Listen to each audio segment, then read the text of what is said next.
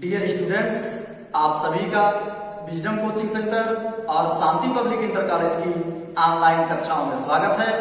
आज मैं आपके लिए क्लास 10th के वास्तविक संख्याएं चैप्टर का यह 5वां वीडियो लेकर के उपस्थित हुआ हूं, जिसमें आज हम प्रश्नावली 1.3 के क्वेश्चंस को हल करेंगे। जिसका पहला क्वेश्चन बोर्ड पर लिखा गया है, सिद्ध कीजिए √5 एक अपरिमेय संख्या है।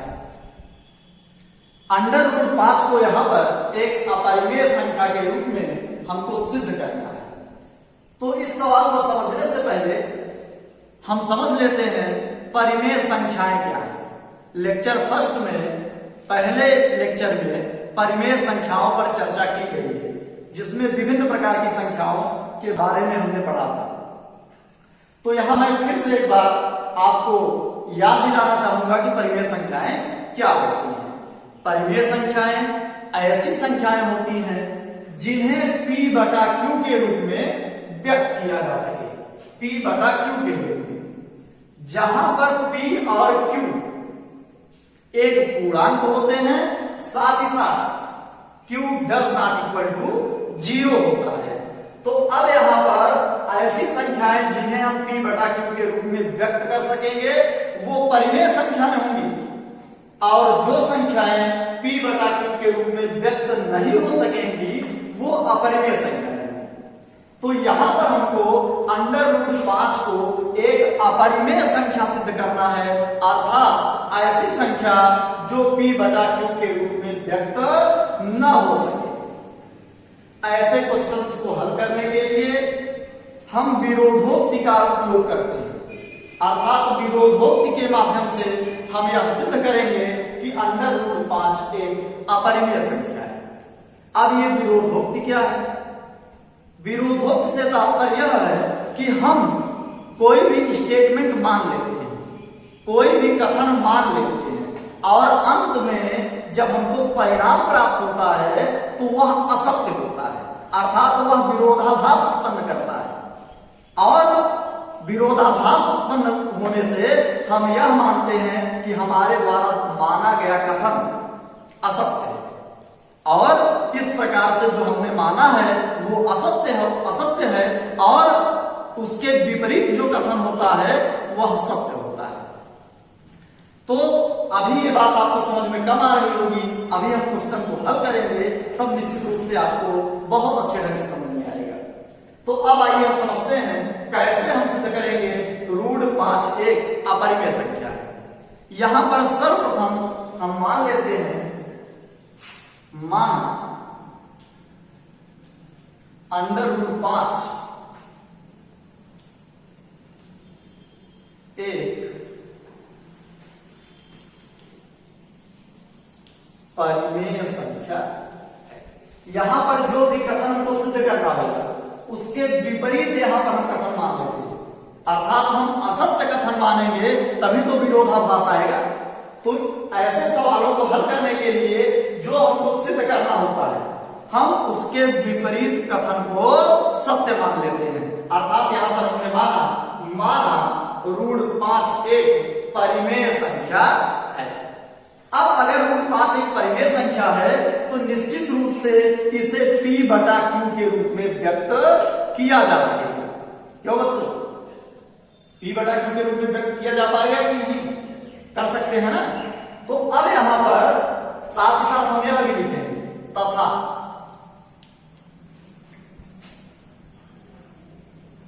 √5 = P/Q, जहां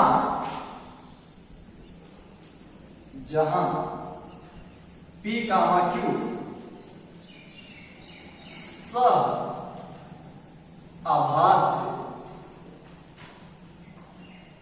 पूर्णांक है। सह अभाज्य पूर्णांक है। ये जो P और Q है ये सह अभाज्य है, अर्थात इनके बीच में कोई उभयनिष्ठ गुणनखंड नहीं है। परस्पर अभाज्य से तात्पर्य हुआ जैसे पहली संख्या 4 है तो दूसरी संख्या क्या है? 5, क्योंकि 4 और 5 एक के अतिरिक्त किसी अन्य संख्या से विभाजित नहीं होगी, इसलिए इनको हम कहेंगे परस्पर अभाज्य। अब जैसे हम एग्जांपल ले लें 4 और 6, तो ये परस्पर अभाज्य नहीं है। क्यों? क्योंकि ये 2 से विभाजित हो जाएंगे, 2 से 4 भी विभाजित हो जाएगा और 6 भी विभाजित हो जाएगा। अर्थात यहाँ पर परस्पर अभाज्य से तात्पर्य है, सह अभाज्य से तात्पर्य है कि दोनों संख्याओं में उभयनिष्ठ गुणनखंड 1 को छोड़कर कोई अन्य संख्या नहीं होनी चाहिए। बात समझ में आ रही है? अब इसके बाद यहां पर P और Q क्या है? सह अभाज्य पूर्णांक है। साथ ही साथ हम यह भी लिख सकते हैं Q ये शून्य के बराबर नहीं है, तो Q के हम ब्रैकेट में हम लिख दे रहे हैं does not equal to 0। साथ ही साथ यहाँ जो बटे में होता है यह शून्य के बराबर नहीं हो सकता है, तो यहाँ पर Q के साथ में हमने ब्रैकेट में लिख दिया Q does not equal to 0। Q शून्य के बराबर नहीं है, यहां पर हमने ऐसा मान लिया। ओके, अब इसके पश्चात हम सवाल को हल कैसे करेंगे? अब इसके बाद लिखेंगे इसलिए √5 इक्वल टू P बटा Q। हमने √5 इक्वल टू P बटा Q माना है। अब इसलिए हमने लिख दिया √5 equal to P by Q। अब यहां से हम क्या करेंगे? दोनों पक्षों का वर्ग करेंगे, तो जब √5 का वर्ग करोगे तो क्या मिलेगा? 5। और इधर राइट हैंड साइड में आपको मिल जाएगा P² बटा Q²। कोई समस्या? अब इसके बाद हम नेक्स्ट स्टेप में करेंगे P² बराबर Q² इधर आएगा तो क्या हो जाएगा 5Q²। और यहां पर हम बना लेते हैं इक्वेशन नंबर फर्स्ट। यहां पर हम क्या बना लेंगे? Equation number first. तो आइए एक बार हम फिर से प्रक्रिया को देखते हैं। सर्वप्रथम √5 को हमको एक अपरिमेय संख्या के रूप में सिद्ध करना है, तो हमने क्या मान लिया? माना √5 एक परिमेय संख्या है तथा √5 इक्वल टू P बटा Q, जहां P और Q सह अभाज्य पूर्णांक है। ओके, और उसके पश्चात इसलिए √5 इक्वल टू P बटा Q और दोनों पक्षों का हमने स्क्वायर कर दिया, तो हमको प्राप्त हो गया 5 इक्वल टू P² पर Q²। और इसको आगे और हल किया तो हमको प्राप्त होता है P² इक्वल टू 5Q²। और यहां पर हम इक्वेशन नंबर क्या बना लेते हैं? फर्स्ट। इसका उपयोग अभी आगे होगा। अब इसके बाद यहां से इंप्लाइज अगर P² is equal to 5Q² है, जैसे 6 इक्वल टू लिखा गया है 3 इंटू 2, इसका क्या तात्पर्य हुआ कि यह 6 3 से विभाज्य है ना, और 2 से भी विभाज्य है। अर्थात किसी संख्या के बराबर लिखा हुआ है कोई भी पूर्णांक 5 इंटू K, ये 6 के लिए नहीं है, किसी भी पूर्णांक के लिए, मान लीजिए P के लिए लिखा हुआ है, तो P के लिए अगर लिखा गया है 5 इंटू K, इसका तात्पर्य क्या होगा? यह P किससे विभाज्य होगा? 5 से विभाज्य होगा। साथ ही साथ K भी कोई पूर्णांक ही होगा, तो कैसे भी विभाज्य होगा, लेकिन यहां से हम यह निष्कर्ष निकाल सकते हैं कि P 5 से विभाज्य है। तो वैसे ही यहां पर लिखा गया है, यहां पर देखिए क्या लिखा गया है? P² equal to 5Q²। तो यहां से हम निष्कर्ष निकाल सकते हैं P² 5 से विभाज्य है। P² 5 से विभाज्य है। क्यों? क्योंकि P² इक्वल टू लिखा गया है 5Q², तो P² 5 से विभाजित होगा। अब इसके बाद तो नेक्स्ट स्टेप आता हम यहां पर लिख रहे हैं, दिस इंप्लाइज P 5 से विभाज्य होगा। तो यहां से हमको प्राप्त हुआ अगर P² 5 से विभाज्य है तो P भी 5 से विभाज्य होगा। और यहां पर हम ब्रैकेट में एक स्टेटमेंट लिखेंगे, चूंकि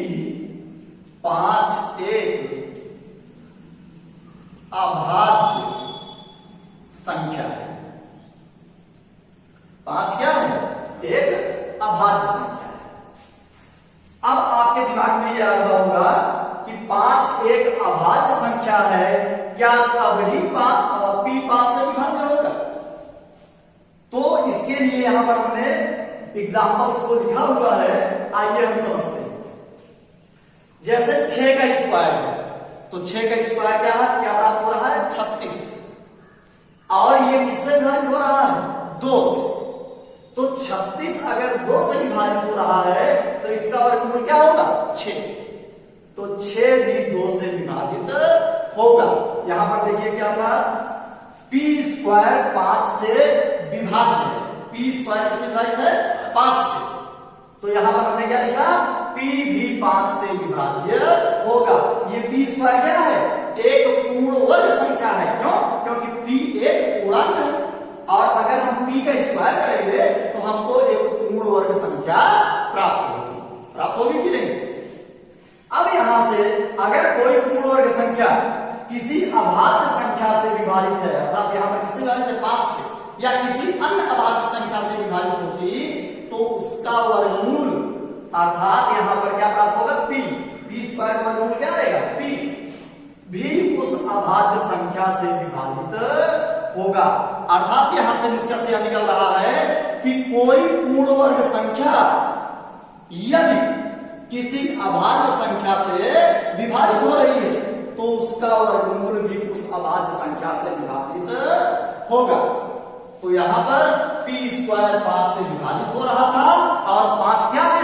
एक अभाज्य संख्या है, इसलिए उसका वर्गमूल पी भी 5 से विभाज्य होगा। इसके और भी एग्जाम्पल यहां पर लिखे गए हैं।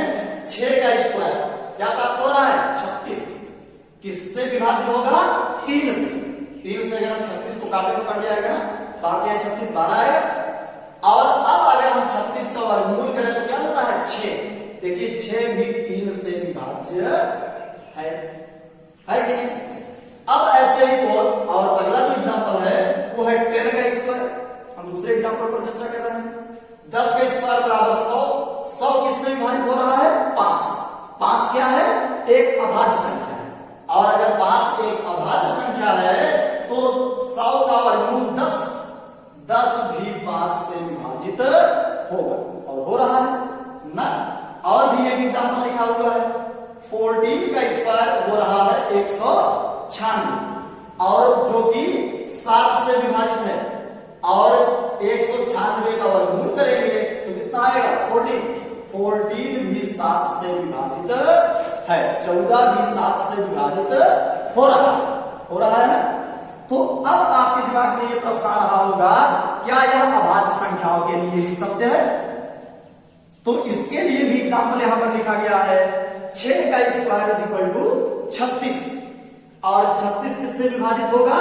9 से। 36 एक पूर्ण वर्ग संख्या है, ये किससे विभाजित हो रहा है? 9 से। और अगर इसका हम वर्गमूल करेंगे तो हमको क्या प्राप्त होगा? 6। 6 9 से विभाज्य नहीं होगा। क्यों? क्योंकि 9 क्या है? एक भाज्य संख्या है।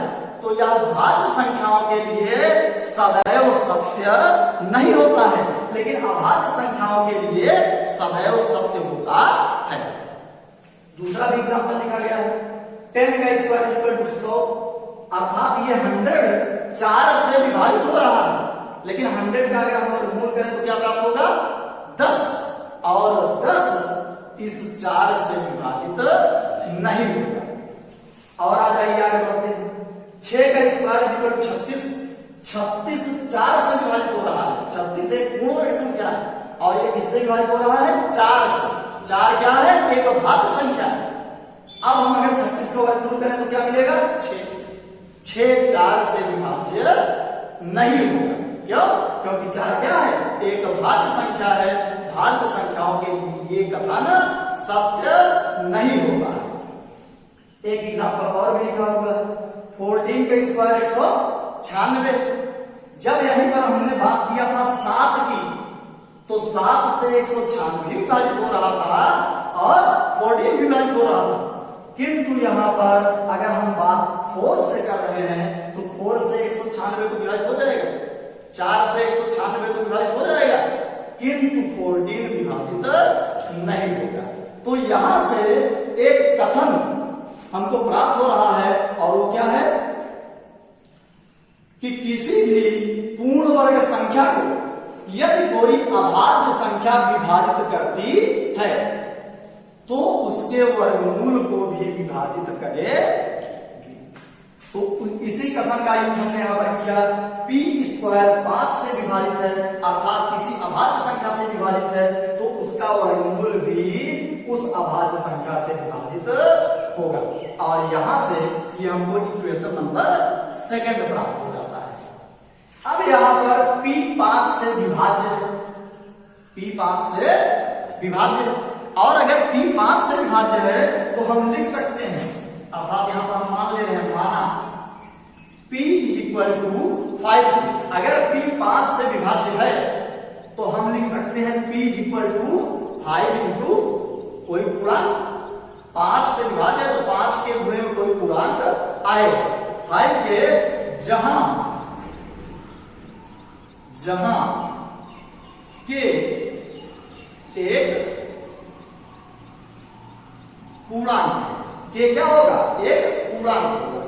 और अब यहां से हम क्या करेंगे इक्वेशन नंबर 1 हमने यहां पर बनाया समीकरण 1 में ये जो P की वैल्यू है इस वैल्यू को समीकरण नंबर 1 में हम प्रतिस्थापित कर देंगे। तो अब यहां लिखेंगे इसलिए समीकरण फर्स्ट से तो फर्स्ट से जरा देखिए क्या मिलेगा P स्क्वायर अर्थात 5K का स्क्वायर बराबर आगे क्या है 5Q स्क्वायर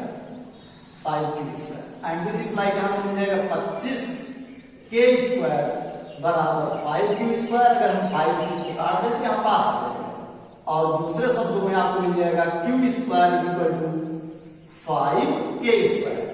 अब देखिए यहां पर Q स्क्वायर = 5K स्क्वायर ये पूरा है इस प्रकार का व्यंजक है P स्क्वायर = 5Q स्क्वायर के टाइप और यहां से हमने क्या डिस्कस किया था P स्क्वायर 5 से विभाज्य है। वही प्रक्रिया यहां पर भी हमको दोहरानी है। तो यहां पर मैं लिख दे रहा हूं दिस इंप्लाइज Q स्क्वायर 5 से विभाज्य है एंड फिर से दिस इंप्लाइज Q भी 5 से विभाज्य होगा। क्यों रीजन दीजिए 5 एक अभाज्य संख्या है। तो अब इसको हम इक्वेशन नंबर क्या बना देंगे 2। अब जरा देखिए इक्वेशन नंबर 3 में और 2 में हमको क्या मिलता है 2 में हमको मिलता है P 5 से विभाज्य होगा अर्थात 5 से विभाज्य है और Q भी 5 से विभाज्य होगा अर्थात Q भी 5 से विभाज्य है ना। अर्थात यहां पर समीकरण 2 और 3 से हमको प्राप्त होता है P और Q दोनों 5 से विभाज्य हैं। तो यहां पर हम लिखेंगे समीकरण 2 व 3rd से स्पष्ट है P व Q 5 से विभाज्य हैं। P व Q 5 से विभाज्य है किंतु हमने माना क्या था हमने माना था P, Q सह अभाज्य पूर्णांक है अर्थात वो किसी वर्ग को छोड़कर किसी अन्य संख्या से विभाजित नहीं हो सकते हैं। और यहां पर हमको क्या प्राप्त हो रहा है P और Q 5 से विभाज्य हैं जो कि हमारे मान्यता के क्या है विपरीत है अर्थात उससे विरोधाभास उत्पन्न हो रहा है। हमने माना P और Q सह अभाज्य है यहां पर प्राप्त हो रहा है P और Q 5 से विभाज्य अर्थात हमारे माने गए कथन से यह विरोधाभास उत्पन्न हो रहा है और इसलिए हम कह सकते हैं कि हमारी मान्यता क्या है असत्य है। हमने जो माना वह कथन असत्य है। तो यहां से हम लिखेंगे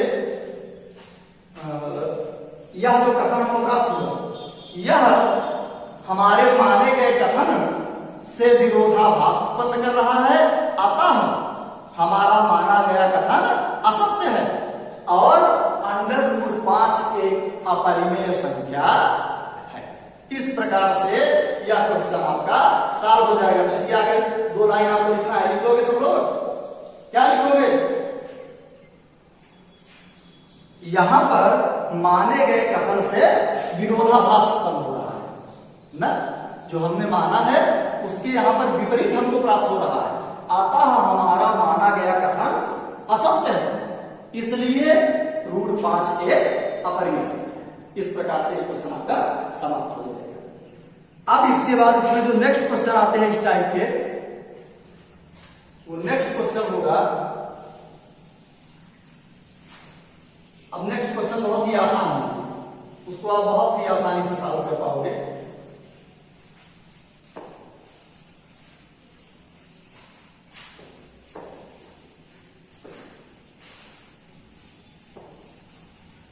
तो नेक्स्ट क्वेश्चन क्या है आइए समझते हैं।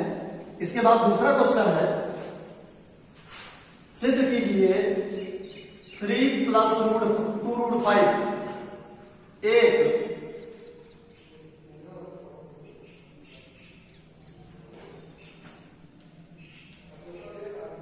अपरिमेय संख्या। अगला जो क्वेश्चन है वो है 3 + 2√5 एक अपरिमेय संख्या है। तो अब हम इसको कैसे सिद्ध करेंगे? इसको सिद्ध करना बहुत ही आसान है। इस टाइप के जितने भी क्वेश्चन आएंगे उनको हम बहुत ही अच्छे ढंग से सिद्ध कर सकते हैं। क्यों विकास? सिद्ध कर लोगे? कैसे सिद्ध करोगे आओ समझते हैं। यहां पर भी हमको क्या करना है? विरोधोक्ति को ही यूज करना है। समझ में आ रही है? तो विरोधोक्ति को यूज करने के लिए हम क्या करेंगे? यहां पर हम फिर से माना, ये क्या कह रहा है? अपरिमेय संख्या है, हम फिर से मान लेंगे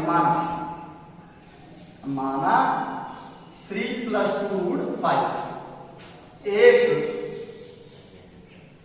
परिमेय संख्या है, तथा 3 + 2√5 = p/q। कोई दिक्कत? कामा Q does not equal to 0 तथा P और Q एक पूर्णांक है। ठीक है, इतना हमने मान लिया, कोई दिक्कत? इसलिए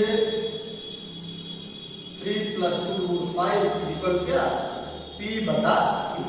अब यहां पर बेटा हमको करना क्या होता है कि जो अपरिमेय संख्या 5 एक अपरिमेय संख्या हम जान रहे हैं, उसको लेफ्ट हैंड साइड पर, बाकी सबको राइट हैंड साइड में ले जाओ। तो अब यहां से 3 को पहले उधर ले जाओ, निकाल देंगे 2√5 = 3 उधर जाएगा, क्या हो जाएगा? -P/Q -3 एंड दिस इंप्लाइज √5 = 2 उधर जाएगा, बटे हो जाएगा। अच्छा चलो अभी हम इसको नहीं ले जाते, पहले इसको थोड़ा सा हल कर लेते हैं। तो यहां से आ जाएगा P - 3Q/Q और अगले स्टेप में हम लिखेंगे √5 = P - 3Q ये 2 इधर जाएगा, बड़े हो जाएगा 2। अब यहां से जरा देखिए हमको क्या प्राप्त हो रहा है? This implies √5 = P - 3Q/2Q। अब यहां पर समझो ये √5 है, एक अपरिमेय संख्या, और यहां पर P और Q क्या है? पूर्णांक है। और अगर P और Q पूर्णांक है तो P - 3Q भी क्या होगा? एक पूर्णांक होगा। भाई जोड़ घटाना गुणा अगर हम करते हैं तो वहां से हमको एक पूर्णांक मिलेगा। तो अब यहां पर गुणा किया गया, फिर घटाया गया, तो निश्चित रूप से एक पूर्णांक ही हमको प्राप्त होगा। फिर 2Q एक पूर्णांक है, उसका 2 गुणा किया गया, तो यहां से भी एक पूर्णांक ही प्राप्त होगा। और अगर यहां पर अंश और हर दोनों क्या है? एक पूर्णांक है, तो यह एक परिमेय संख्या होगी। परिमेय संख्या होगी कि नहीं? तो अब यहां पर हम लिख सकते हैं चूंकि P, Q पूर्णांक है पूर्णांक है, इसलिए p-3q तथा 2q भी पूर्णांक होंगे कि नहीं? इसलिए p-3q/2q एक परिमेय संख्या है। ये क्या हो गया? एक परिमेय संख्या p/q ना, दोनों क्या हो गए? पूर्णांक, इसलिए यह क्या हो जाएगा? एक परिमेय संख्या हो जाएगी। और अगर ये एक परिमेय संख्या हो गई तो इसके बराबर क्या लिखा गया है? √5। यह भी एक परिमेय संख्या हो जाएगी। इसलिए इसको इक्वेशन बता दो, इक्वेशन फर्स्ट। इसलिए समीकरण फर्स्ट से √5 भी एक परिमेय संख्या है। √5 भी क्या हो जाएगा?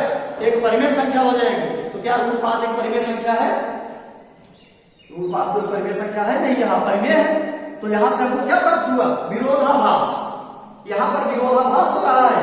√5 एक परिमेय संख्या हमको प्राप्त हो रही है, किंतु हम जानते हैं √5 एक अपरिमेय संख्या है। तो अब यहां पर नीचे हम लिखेंगे किंतु हम जानते हैं √5 एक अपरिमेय संख्या है, अर्थात यहां पर विरोधाभास उत्पन्न हो रहा है। इसलिए विरोधोक्ति के द्वारा हमारा माना गया कथन असत्य है, अर्थात 3+2√5 एक अपरिमेय संख्या। इस प्रकार से ये क्वेश्चन भी आपका क्या होता है? सॉल्व होता है। और इसी तरह से अन्य क्वेश्चंस भी हैं प्रश्नावली 1.3 के, तो आप अन्य क्वेश्चंस को भी इसी तरह से सॉल्व करने का प्रयास करिएगा। यदि किसी प्रकार की कोई समस्या होती है तो कमेंट बॉक्स में जाकर के आप अपने परेशानियों को हमसे शेयर करिएगा, जिसका समाधान नेक्स्ट वीडियो में आपको प्रदान किया जाए।